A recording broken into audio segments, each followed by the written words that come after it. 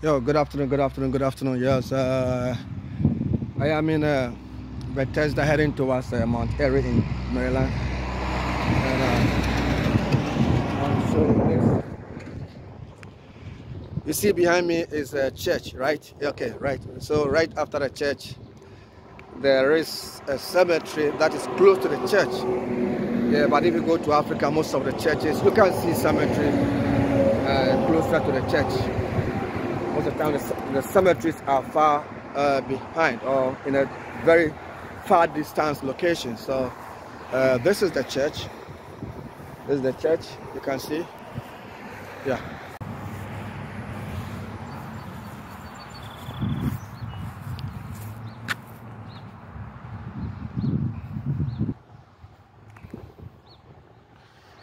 This is the church. So so behind the church, that is where they have their cemetery or the final place of abode.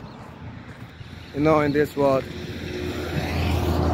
we have a final home or a final place to rest when we die.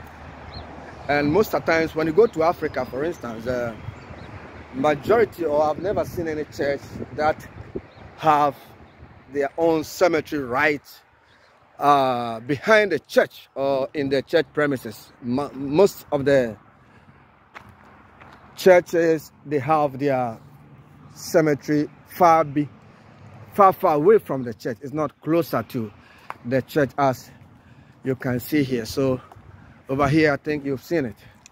This is the cemetery, and they use here, apart from the cemetery, they use here as a funeral homes where maybe you can come and then rent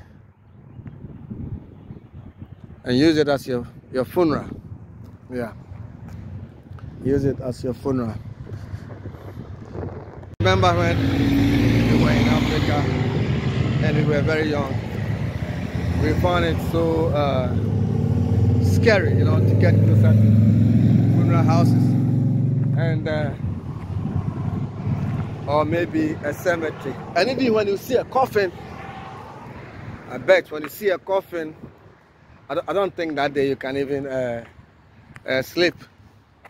You will not sleep because of the scary nature of it. Yeah, but this time the world is changing, everything is different, and people, you know, don't have that fears anymore, you know. So now there's no more fears. You can go to where the carpenters are doing it and then watch how they do it. And then if you go to even Ghana, for now they have very luxurious coffins, sometimes depending on the culture or the type of job the person does until his or her death. If the person is a farmer, they will make sure they do a better farm one, nice, like a coffin with like a farm design, you know. The person is maybe if the person is a doctor, they design something like a doctor type of coffin. The person is a footballer, they design something like that. If the person is a fishmonger, they do something like that. A fisherman, they have something like that.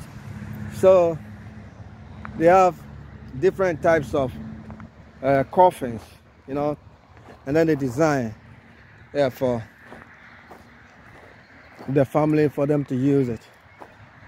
It's very, very, very interesting when you go to Ghana. And I've never seen such types of coffins in anywhere apart from Ghana. Yeah, so here in America, most of the coffins that we see are the normal coffins and basic designs, you know. But Ghana, they have very well organized designs. That's so interesting, so interesting. So this is our final home. This is where we will be having our final rest after years of celebrating in the world, working, going through trauma, going through happiness, enjoyment and stuff. Finally living in luxurious homes and having the best life in your entire career. At the end of the day, we have nowhere than to rest here. We have like a 10-bedroom mansion, 5-bedroom mansion, 20-bedroom mansion, and you enjoy all those things, luxury lives. You can die anytime, and when the time's come for you to visit your ancestors, this is the final place. This is the final place, and we all knew it is part of us. But if you go to Africa, for instance, most people, most of us are scared of death. If you go to Africa, on my side here, this is a farmland. You see, a very big farmland. Normally they grew corn here. It's a farmland. Then this side is Monrovia, close to Damascus and Mount Airy. So back to my story. When